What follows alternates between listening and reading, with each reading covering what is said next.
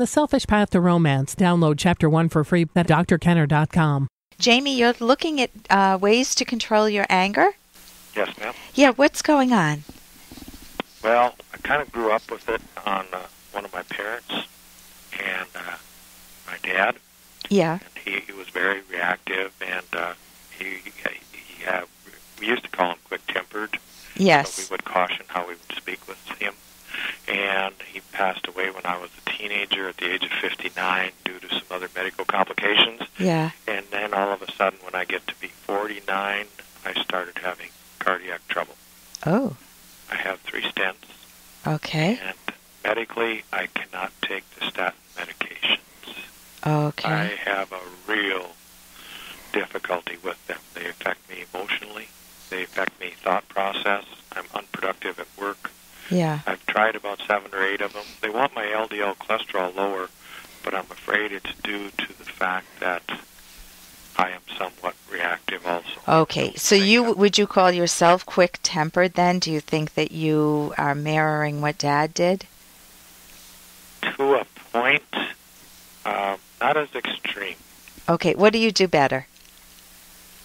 What do I do better? Yeah, you must cope better if it's not as intense, not as extreme. Yeah, I guess, I don't know, sometimes I find myself driving down the road in my business and I find myself angry at coworkers, yeah. angry at spouse, angry at children. Mm-hmm. It just seems like you always go there. Okay, so that's not what you're doing better, though. What No. you said that. So let me get the picture clearly first. That you're worried about having a heart attack. You're worried that the stress from your anger could do you in, like it did with your father, who died at age 59. I've already had 2. You've already had 2 heart attacks. So I've 3 stents put in. Right. No, I did hear that. So moving away from the medical now and towards the psychological, if you're asking, how do I manage my anger, that is one of the best gifts you can give yourself. Because if you can manage your anger, guess what you'll improve? Your whole life. Everything. You'll improve your life with your kids, with your spouse, with your coworkers, with yourself. You will like yourself better. I loved learning anger management skills because I was the first one to benefit. I could handle very provocative or very difficult situations so differently than I did it as a child. You know, my sisters and I had 2 younger sisters, and we all fought. We all did the anger dance, and, you know, my parents didn't have all the skills. They had some skills, but certainly not all, so they got frustrated with us. And I remember when I was really young, I was told my father got so angry once he put mashed potatoes in my hair. I don't remember the details, but, you know, you try to feed a kid, they're not eating it, and you just stick it in their hair. You can kind of you can feel for the father, but it isn't the best way to cope, because what does he feel after he does that? He feels remorse. He feels remorse. He feels sheepish, embarrassed. Does he want anyone at work to know he put mashed potatoes in his little kid's hair? Why did I do that? Yeah, why did I do that? So here's what's going on with anger. Anger is the emotion we feel when we think things are not fair. It's not fair with my coworker. Why doesn't my spouse listen to me? Why don't my kids listen to me? And we typically hear our side of the equation, and we typically get so emotional. Our pulse goes up. Well, you know that you have heart problems, right? Our whole physiology gets turned on, and not in a good way. The arousal is just way high. It's off the thermometer, and we're not very effective listeners when that happens. Exactly. So can you pick one quick example of some situation that if you knew at least one way to handle it differently, it would help you tremendously? Or even a little bit? Turn on a song. Okay, turn on a song. What do you mean?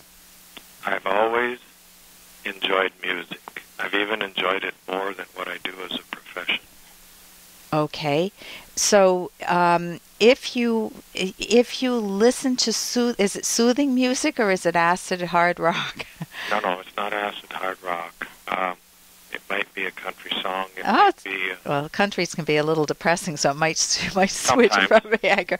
Yeah, but if it's something that tends to turn down your physiology, go for it. That's one of the skills you can use, to have music in the background for yourself. So here, let me give you the skills. I wish I could give you everything in anger management. I can't at once, so I will give you some references, but I'll also give you an overview of the skills that you can use. Okay. And that's you want to, number one. Hey, I got to interrupt this because we've got to pay some bills. 30 seconds, that's it. A very quick ad, and then Ellen will be back. Romance. I wish I knew more about what girls want from a relationship. Boy, I wish I knew more about what I want. Where's that ad I saw? Here it is. The Selfish Path to Romance, a serious romance guidebook. Download Chapter 1 for free at selfishromance.com and buy it at amazon.com. The Selfish Path to Romance. That is interesting. But I'll also give you an overview of the skills that you can use. Okay. And that's you want to, number one, understand your own anger. Now, how do we do that? I can tell you that your anger is the emotion we feel when we appraise things as, it's not fair.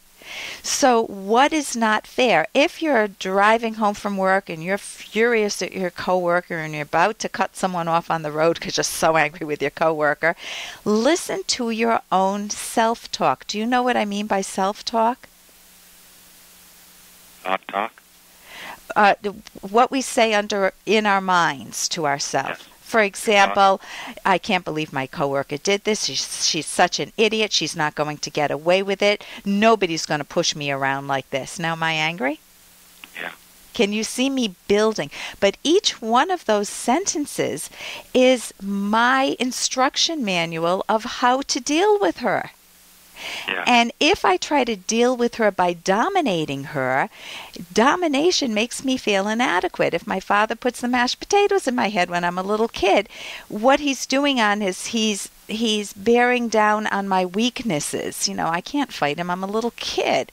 And instead, if you negotiate with someone, if you learn how to actively listen to them, if you walk a little bit in their shoes and see the world from their perspective, sometimes it changes your anger.